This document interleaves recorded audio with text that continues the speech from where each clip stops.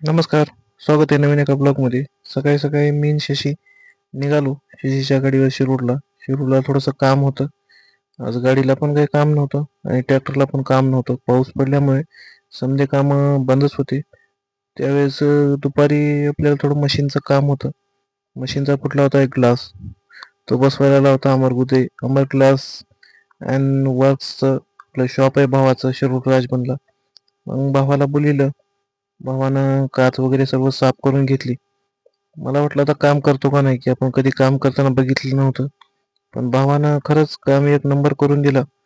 जिथं मिस्त्री आपल्याला ₹1000 घ्यायचा, तिथं भावानं योग्य दरात आपल्याला काम पण करून दिलं आणि खूप कमी वेळामध्ये कामाची क्वालिटी पण एक नंबर होती. सर्व ग्लास वगैरे फिट केला.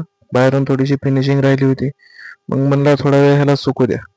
भावानं काम वगैरे सर्व फिनिशिंगमध्ये एक नंबर करून दिलं. खरंच कुणाला लागलं तर भावाचा नंबर कॅप्शनमध्ये देतो. नक्की संपर्क करा.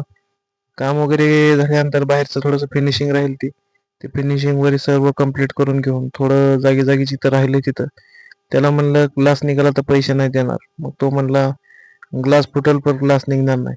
त्यामुळं भावाला कसं वगैरे सर्व एक नंबर केला. भावाचा नंबर टाकतो कॅप्शनमध्ये. कुणाला लागलं तर नक्की संपर्क करा. काम वगैरे सर्व इथं आवरलं. मग जायचं होतं शशीच्या घरी जेवण करण्यासाठी. बघू शकता विठ्ठल कसं जेवण वाढतोय. कारण की ऋषीभाऊ गेला होता बालाजीला. त्याचा प्रसाद वगैरे सोडला. जेवण वगैरे केलं आणि मस्तपैकी तिथंच आराम केला आणि निघालो गावाकडे. कसा वाटला ब्लॉग मित्रांनो? कमेंट करून नक्की सांगा. धन्यवाद.